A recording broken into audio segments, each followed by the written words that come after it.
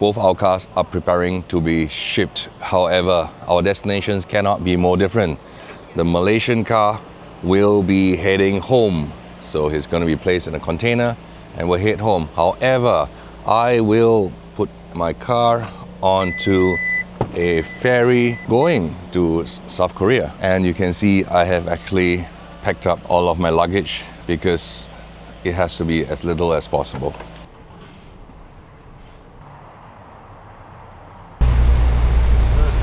So my appointment to get my car into the customs control the custom control zone is 10 o'clock.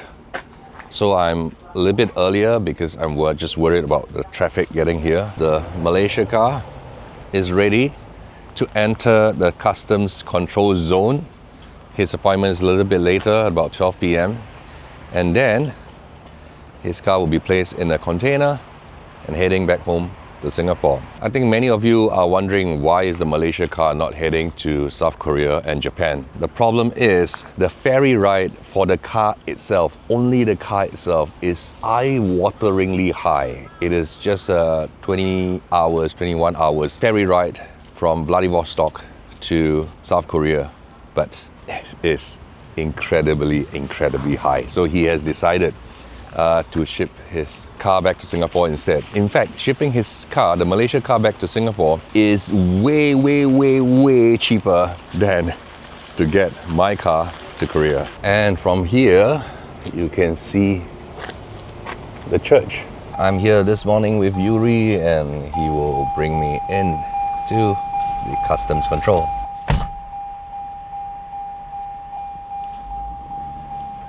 And this is where my car will be stored for the next 6 or 7 days. I drive inside? Okay. Beside the forklift. Okay. And we're waiting for clearance to enter the customs control zone. And that's where you see all the imported cars and the cars to be exported being stored while they await shipment. Pretty exciting stuff if you're not familiar with how cars get shipped. And these are the port workers who's gonna get my car in, and they're checking the chassis number, looking for the chassis number, the actual one that's engraved and imprinted on the car chassis, not just the chassis plates. So when you're exporting and importing your car, you gotta make sure you know where your engine numbers, your chassis numbers, all these are. Saying goodbye to my car, bye. See you in Korea. And I'm here to pay the port charges, 60,000. Can you count this? Well, the Malaysian's car, Alvin's car, has a problem. We are parked by the roadside and it just refuses to start. There's no electrical current, which is a problem because we're gonna send this back home today. My Singapore to Japan road trip was made possible by Airlo, an eSIM that gives me seamless and affordable data connectivity whenever I travel. Get US $3 immediately in your account when you sign up with the link in the video description or scan the QR code on screen and use code SEE3. Well, the best way is to whack it a few times. I hope it actually works.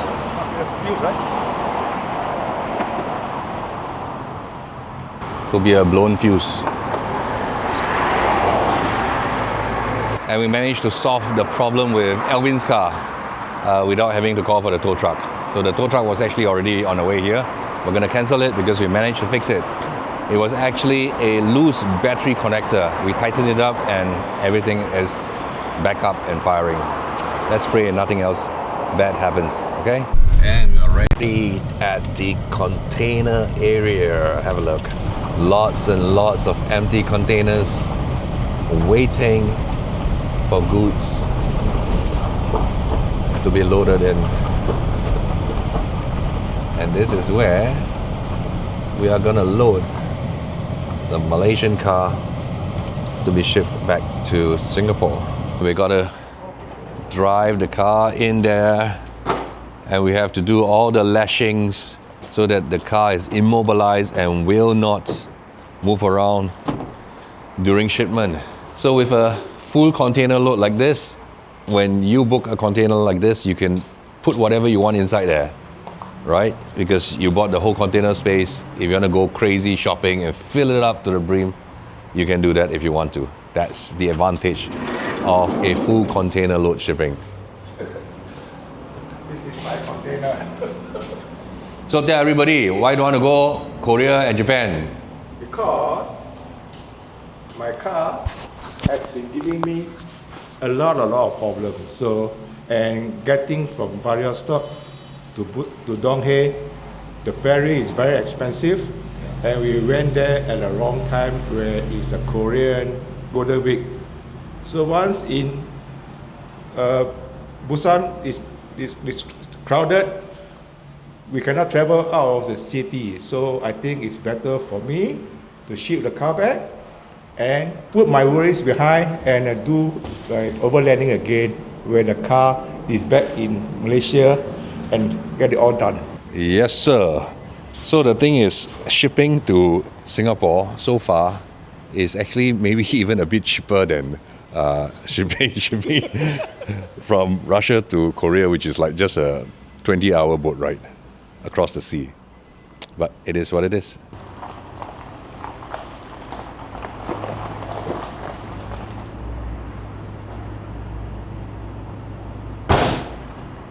Time to reverse the car into the container.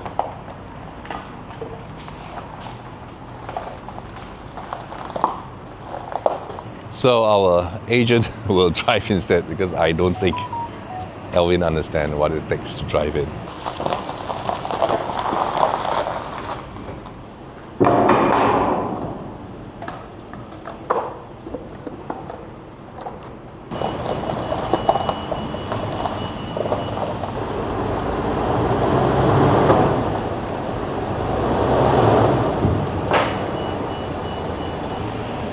That's how tight it is. Have a look.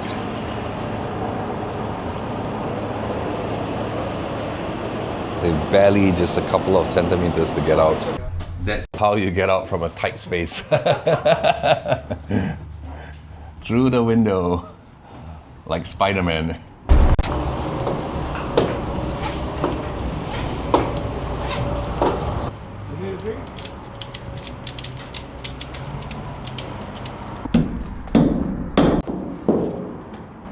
So the car has to be immobilized with wooden blocks and lashing.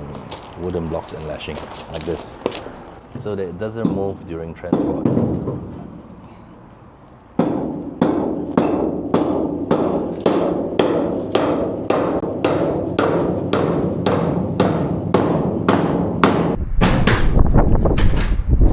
Saying goodbye to the car. Bye. See you. See you back in Singapore. Good morning, everyone. The day has finally come. I'm at the Vladivostok port. Have a look around. This is the Vladivostok port. This is my luggage, and I'm heading towards the ferry. I have already checked in my car at least 1 week in advance. So I've been spending the last few days exploring Vladivostok. But the time has come. Today is the day where I will board the same ferry as the car that I'm loaded, my Singapore registered car, and we will head towards South Korea, Donghae. And this is where I go to board my ship. Boarding starts at 9 a.m. I'm a little bit too early, as are all these people waiting to board the ferry to Donghae. The whole journey is about almost 24 hours. Lots of Koreans as well as lots of Russians who use this route. And here's how much all my luggage weighs. 3.375 kilos, 11 kilos, and almost 12 kilos. And doing a check-in after weighing my luggage. This is the cruise ship that we are traveling in. The Eastern Dream by Duon Shipping. And you see by the side here, lots of brand new cars from Europe, from Korea, from Japan that has just arrived here and is waiting for customs clearance. You can see there's definitely no shortage of Continental cars, Audi, Mercedes, that is available for sale, even BMWs as well. As you can see further up, loads of BMWs, Porsches. You can get all kinds of cars, even with sanctions in place. Now I gotta climb up with my luggage all the way up on this cruise ship. A lot of workers from different nationalities. They are from the Philippines. Look at that, wonderful dancers. Magandang umaga. Magandang umaga.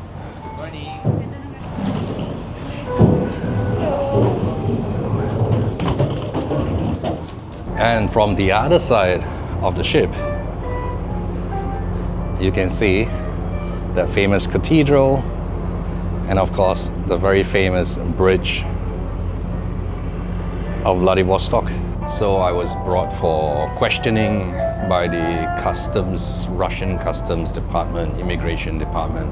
Brought me into a room, questioned me for about like an hour. They asked me, do I hold a British passport? Why do I speak English so well? Have I done military service? Like, duh, every male in Singapore does military service, and everyone studies English from kindergarten in Singapore. Obviously, our English will be fine. I ask, why did I go London?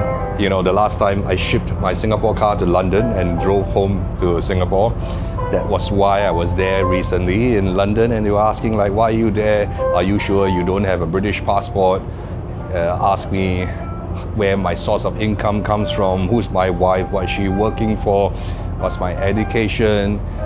They asked me for my phone. I locked my phone, went through all my photos, went through my Facebook, YouTube, Instagram, and basically just checked to see if I was a spy. I'm a spy. I was a little worried, but hey, I have nothing to hide because I'm all clear. So after about like an hour of questioning in a room with 2 officers, they finally let me go. Well, the ship is pretty dated. You can look at the decor. It's definitely not a new ship at all.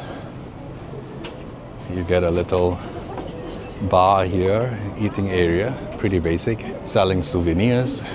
Mine is 2301. Let's go.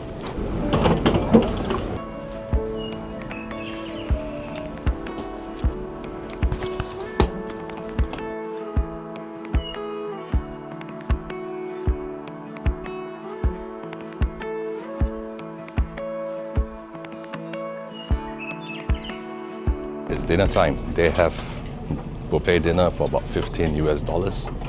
Not too shabby actually. Have a look.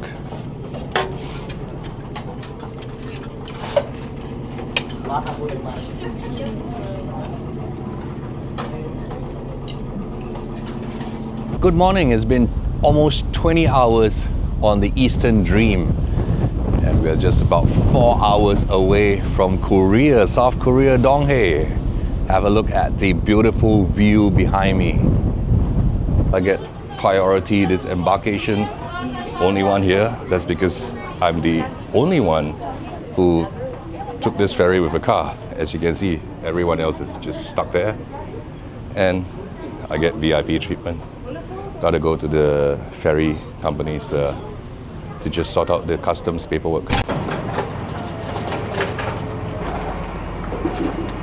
We are here at the Donghae International Passenger Terminal, Donghae Harbour. And just like that, I have cleared immigration. Now to go settle my car at the office of the shipping company, which is over here. Duwon Shipping Company. Hello. The one and only. And we're gonna drive to the customs office to collect my car. There's only basically just 2 vehicles. A Korean vehicle and 1 Singapore car, and that's it. I think shipping vehicles isn't a very popular choice here. And here's my car, freshly unloaded from the port, from the ferry down here. So I gotta wait for customs clearance